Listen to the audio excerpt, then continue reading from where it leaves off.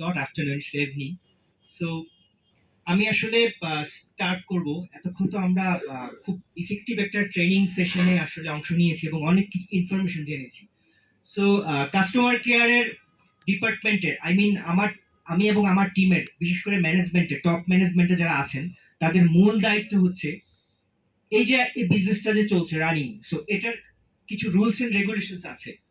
আমরা সবাই rules and regulations গুলা মেনটেন করে চলি এবং সেটা এনশিওর করার জন্য আমাদের যা যা করতে হয় তার ডিটেইল আমি আপনাদেরকে এখন দেখাবো এবং সেখানে আপনাদের কিছু সহযোগিতাও লাগবে।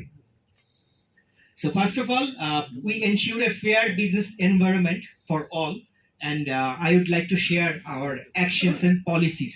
So last কয়েক মাসে আমাদের যে রুলস এন্ড রেগুলেশনস গুলো ছিল সেগুলোর ক্ষেত্রে আমরা আসলে কিছু এমফাসাইজ করেছি, আপনাদেরকে আমরা একটা রিমাইন্ডার দিয়েছি যে রুলস এন্ড রেগুলেশনস গুলো কিভাবে আমরা মেনটেন করব, কিভাবে এই রুলস রেগুলেশনস গুলো আমরা আসলে অন্যদের কাছে পৌঁছে দিব, তারা সবাই যেন এগুলো মেনটেন করে চলে।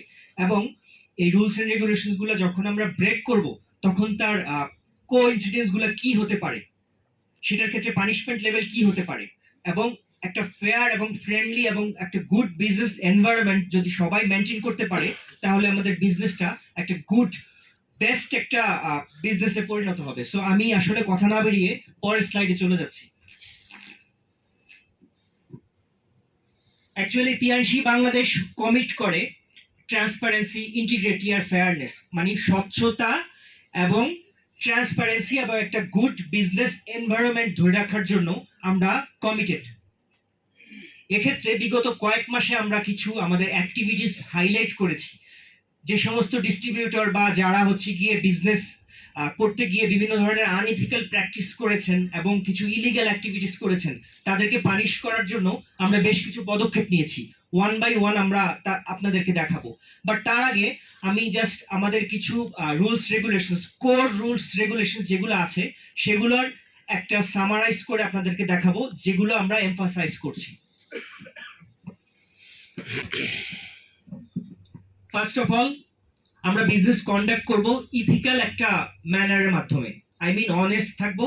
অনেস্টির মাধ্যমে আমরা বিজনেসটা পরিচালনা করব।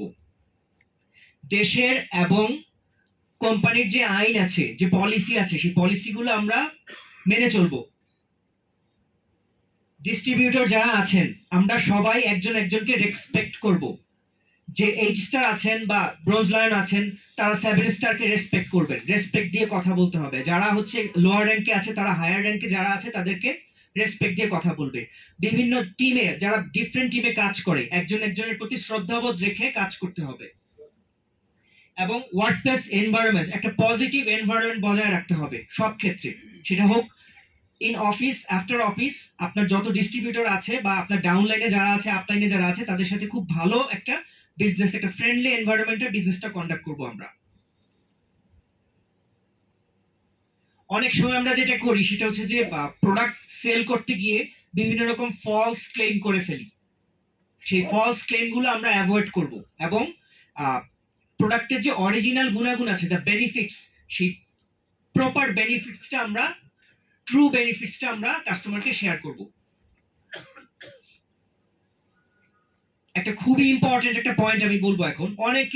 অনেকে আমরা দেখতে পেয়েছি সেটা হচ্ছে যে আমাদের প্রোডাক্টগুলো যে অথরাইজ প্রাইস আছে, অথরাইজ প্রাইসের নিচে বা উপরে অনেকে বিক্রি করেন। সো এটা কঠোরভাবে নিষিদ্ধ। কোম্পানি যে প্রাইস দেওয়া আছে ঠিক সেই প্রাইসেই বিক্রি করতে হবে এবং কোম্পানি অনুমোদিত ডিস্ট্রিবিউটরদের কাছে প্রোডাক্ট বিক্রি করতে হবে। অন্য কোনো স্থানে প্রোডাক্ট বিক্রি করা নিষিদ্ধ। আচ্ছা, আপনারা ডাম্পিং বুঝেন? ডাম্পিং জি, কম দামে বিক্রি করা। কোম্পানির নিয়ম নীতিমালা অনুযায়ী ডাম্পিং জিনিসটা পুরোপুরি অবৈধ এবং এই ডাম্পিং এর যদি আমরা কোনো ধরনের প্রুফ পাই তাহলে সেক্ষেত্রে আমরা স্ট্রিক্ট অ্যাকশন নিব।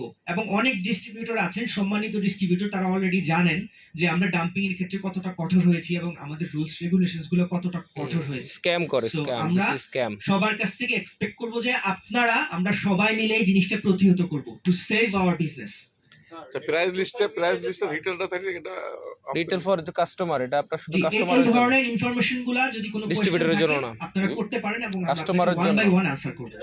ফেসবুক বিভিন্ন পেজে স্যার এই পেজের বা বিভিন্ন প্রোডাক্টের কম দামের দেয়, আবার গুগলও পাওয়া যায়। এতে তো স্যার সমস্যা হচ্ছে।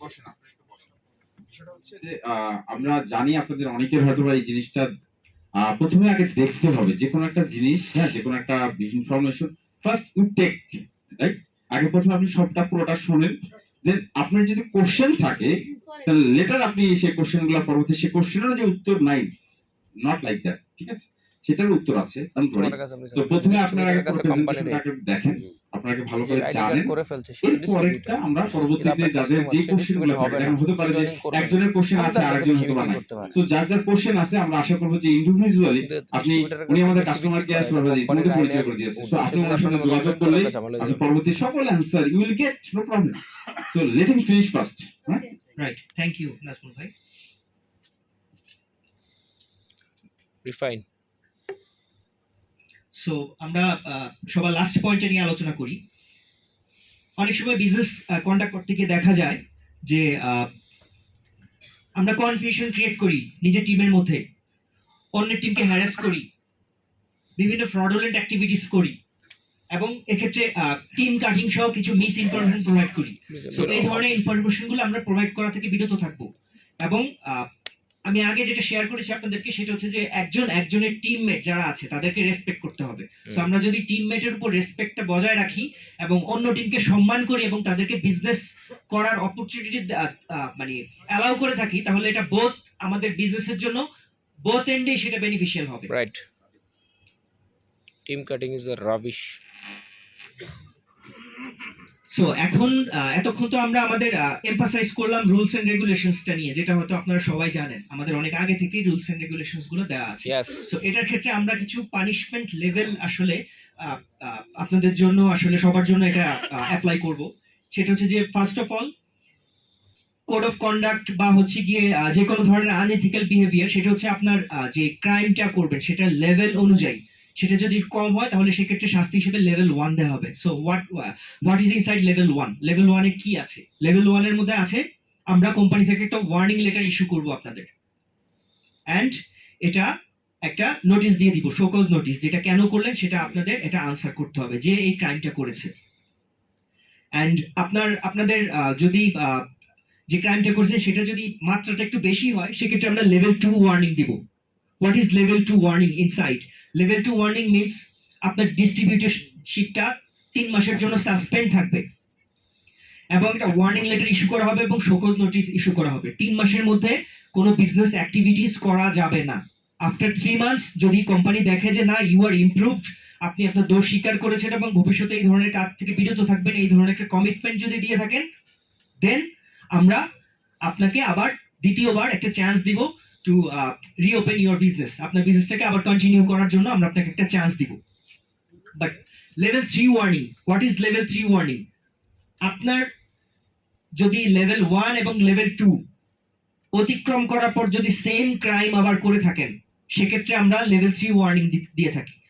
এবং কিছু কিছু সিরিয়াস ক্রাইম আছে, সো ওই সমস্ত সিরিয়াস ক্রাইমগুলোর ক্ষেত্রে, for example product dumping, team cutting, এগুলো যদি খুব সিরিয়াস লেভেলে চলে যায়, তাহলে আমরা সরাসরি লেভেল 3 তাকে ওয়ার্নিং দিয়ে দিব। লেভেল 3 ওয়ার্নিং কি আছে এটার মধ্যে?